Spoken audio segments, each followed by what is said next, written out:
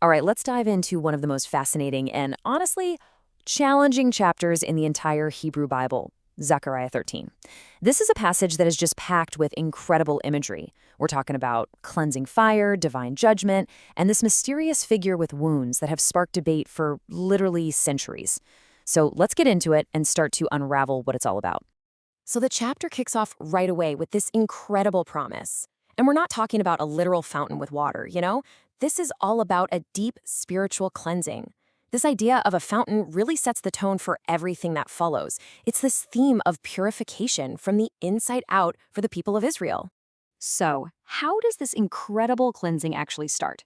Well, Zechariah tells us it begins with a kind of divine judgment, a spiritual house cleaning, if you will, and it's aimed squarely at the very sources of corruption that had led the nation astray for so long.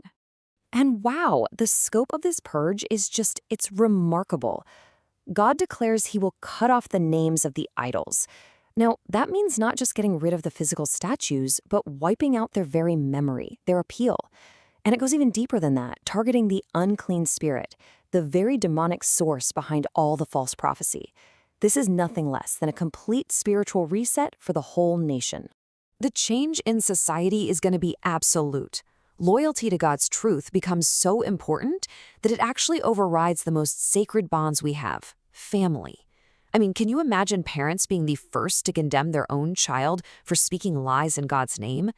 And those symbols they used to fool people, like that rough garment they wore to look like a true prophet, like Elijah, all of that is going to be thrown away in complete shame.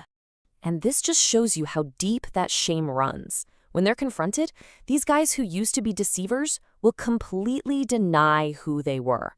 They won't just say they're sorry, they'll try to erase their entire identity, hiding behind the persona of a simple farmer, just a regular guy who's worked the land his whole life.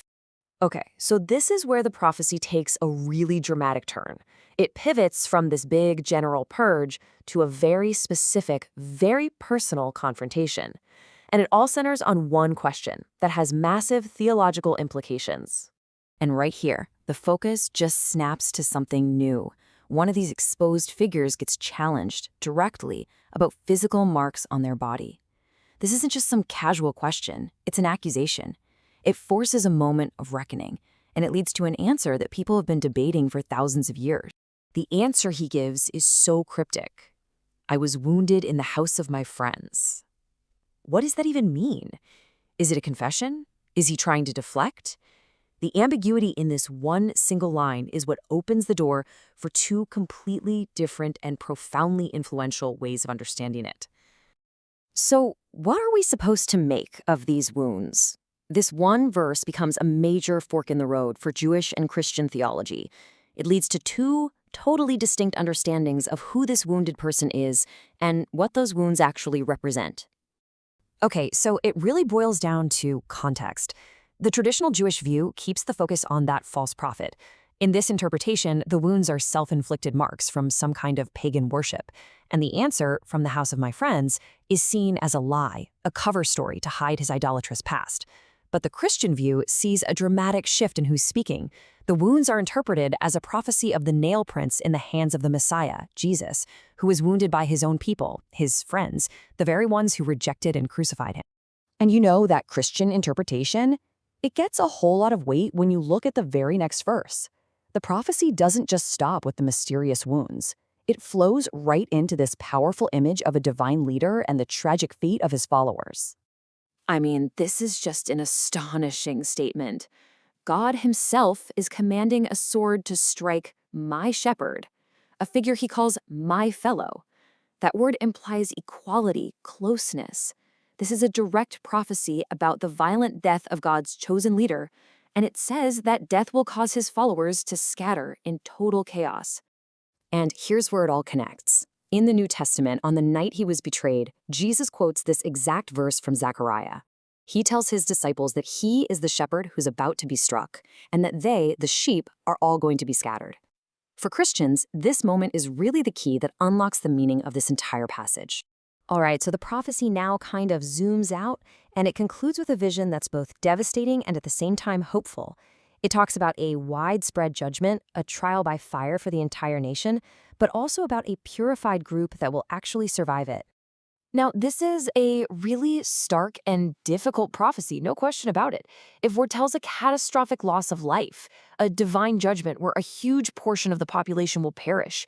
And this is a verse that's been looked at again and again throughout history, especially during Israel's most tragic moments. And the number, it's shockingly specific. Not half, not most, but precisely 2/3.